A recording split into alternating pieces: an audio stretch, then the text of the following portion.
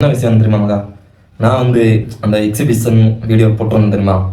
அப்போ அது வந்து ஃப்ரெண்ட்ஸ் கூட தான் போயிருந்தேன். விஜய், சிவபிரியா அவங்க 2 பேருமே எனக்கு ஃப்ரெண்ட் தான்.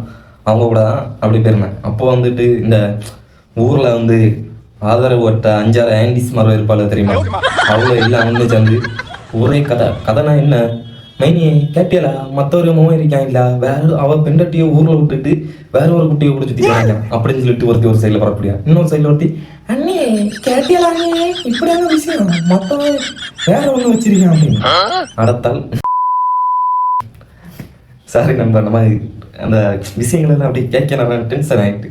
சும்மா ஒரு ஃப்ரெண்டு கூட ஒரு பொண்ணு கூட பேசினாலே அது வந்து லவ் தானா. நீங்களாம் எந்த உலகத்தில் இருக்குதுன்னு தெரியல பண்ண பரட்ட அளவுல. நம்மளாவது சரி அப்படி ஃப்ரெண்டுன்னு சொல்லிட்டு எக்ஸிபிஷனுக்கு தான் நம்ம கூட்டிட்டு போறோம். மோனை வந்து ஃப்ரெண்டுன்னு சொல்லிட்டு ஓயோ ரூமுக்கு கூட்டிட்டு போறாங்க. அந்த கதையெல்லாம் நான் எடுத்து விட்டேன்னா அவ்வளோலாம் குடும்பத்தோட சேர்ந்து தூக்கு போட்டு சாவால.